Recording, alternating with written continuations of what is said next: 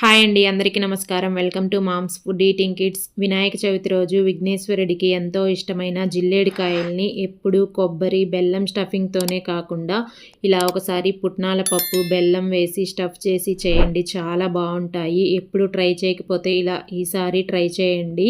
ఈ జిల్లేడికాయల కోసం ఇలా ఒక కడాయిని తీసుకొని దానిలోకి 1 కప్పు నీళ్లు పోసుకోండి. 1 కప్పు నీళ్ళకి ఇక్కడ కొంచెం చూపిస్తున్నట్టుగా ఒక పావు టీ స్పూన్ ఉప్పు వేసుకోండి. నేను ఇక్కడ ఉప్పు వేసుకుంటున్నానండి. మీరు ఈ ఉప్పుకు బదులుగా 1 టేబుల్ స్పూన్ బెల్లమైనా వాడుకోవచ్చు, అది మీ ఆప్షనల్. అలాగే నీళ్లు మరుగుతున్నప్పుడు 1 టీ స్పూన్ నెయ్యి వేసుకొని ఈ నీళ్ళల్లో నెయ్యి కరిగిపోయిన తర్వాత ఇప్పుడు 1 కప్పు పొడి బియ్యం పిండి వేసుకోండి. ఈ పొడి బియ్యం పిండిని ఈ నీళ్లు బాగా కలిసిపోయేటట్టు అంతా కలుపుకోవాలి. ఇదంతా మంటని సిమ్లో పెట్టి చేసుకోండి.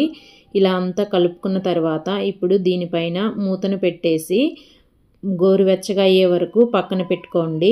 ఈలోపు ఇలా ఒక మిక్సీ గిన్నె తీసుకొని దానిలోకి 1 కప్పు పుట్నాల పప్పు వేసుకోండి. అలాగే ఒక 5-6 యాలుక్కాయలు కూడా వేసుకొని ఈ పుట్నాల పప్పులోకి ఒక 2 టేబుల్ స్పూన్ల ఎండు కొబ్బరి ముక్కలు కూడా వేసుకొని మెత్తని పౌడర్ లాగా చేసుకోండి. ఇలా చేసుకున్న తర్వాత ఇప్పుడు దీనిలోకి 1 కప్పు పుట్నాల పప్పుకి 1/2 కప్పు బెల్లం వేసుకోండి. స్వీట్నెస్ సరిపోతుంది. ఒకవేళ ఎక్కువ కావాలి అనుకుంటే ఒక 3/4 కప్పు వరకు బెల్లం వేసుకొని ఇదంతా బెల్లం ఈ పొడిలో బాగా కలిసిపోయేటట్టు కలుపుకున్న తర్వాత దీనిని మళ్ళీ మిక్సీ పట్టుకోండి. ఇలా ఉంటుందండి పొడి అనేది. ఇప్పుడు ఈ పొడిని అంతా పక్కన పెట్టేసుకోవాలి.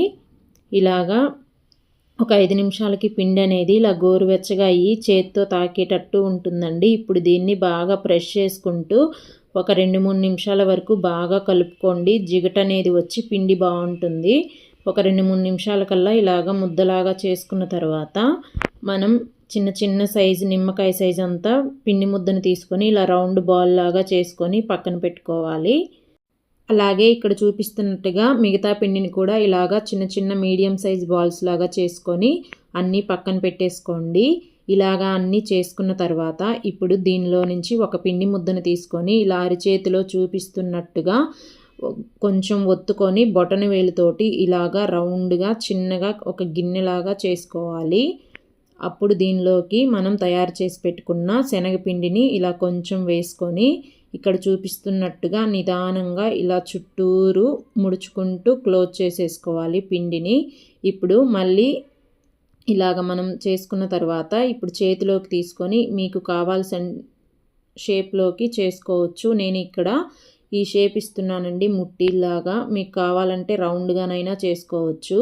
ఇలాగే అన్నిటినీ ఇలా చూపిస్తున్నట్టుగా నిదానంగా చేసుకోండి. పిండి అనేది కొంచెం పగిలినట్టు వస్తుంది, కానీ మీకు పిండి బాగా గట్టిగా ఉంది అనుకుంటే ఇంకా ఒక 2 టేబుల్ స్పూన్ల గోరువెచ్చటి నీళ్ళు వేసుకొని మళ్ళీ కలుపుకోండి, సరిపోతుంది. ఇప్పుడు ఇలాగే అన్నీ చేసుకొని ఒక ప్లేట్లో వేసి పక్కన పెట్టుకోండి. నాకు ఇక్కడ కొంచెం పిండి మిగిలిపోయిందండి. నేను ఉత్తది తింటాను కాబట్టి ఇలా కొంచెం ఎక్కువగా చేసుకున్నాను. మీకు ఇంత వద్దనుకుంటే నేను చూపించిన దాంట్లో హాఫ్ క్వాంటిటీ చేసుకోండి, సరిపోతుంది. ఇప్పుడు ఆవిరి మీద ఉడికించుకోవడానికి ఇలా ఒక గిన్నెని తీసుకొని కొంచెం నీళ్లు పోసుకొని చిల్లులు గిన్నెకి ఇలా కొంచెం నెయ్యి పూసుకోండి, అంటుకోకుండా ఉంటాయి. ఇప్పుడు ఈ గిన్నె పైన చిల్లులు గిన్నెను పెట్టుకొని మనం తయారు చేసి పెట్టుకున్న కుడుములన్నిటినీ ఈ గిన్నెలోకి సర్దుకోవాలి. ఇలా అన్నీ పట్టిన కాడికి సర్దుకోండి. ఇప్పుడు దీనిపైన మూతను పెట్టేసి మంటని మీడియం ఫ్లేమ్లో పెట్టి ఒక 15 నిమిషాల పాటు ఉడికించండి, సరిపోతుంది. ఒక 15 నిమిషాల తర్వాత చూపిస్తున్నానండి, చూసారా? ఇలా తాకితే చేతికి అంటుకోకుండా ఉంటుంది. ఇలా అయితే రెడీ అయిపోయినట్టే. ఇప్పుడు దీన్ని వెంటనే కదపకుండా మళ్ళీ మూతను పెట్టేసి ఒక 10 నిమిషాలు రెస్ట్ ఇవ్వండి. ఒక 10 నిమిషాల తర్వాత ఇలా అన్నీ ఒక ప్లేట్లో పెట్టుకొని దేవుడికి నైవేద్యంగా పెట్టండి, చాలా బాగుంటాయండి. ఇలా ఒకసారి ట్రై చేయండి. 15 నిమిషాల్లో రెడీ అయిపోతాయి సింపుల్గా. మీకు టైం లేనప్పుడు ఇలా ఒకసారి ట్రై చేసి నాకు ఎలా వచ్చిందో కామెంట్స్లో చెప్పండి. నచ్చితే ఒక లైక్ చేసి ఛానల్ని సబ్స్క్రైబ్ చేసుకొని సపోర్ట్ చేసి పక్కనే ఉన్న బెల్ బటన్ని క్లిక్ చేయండి.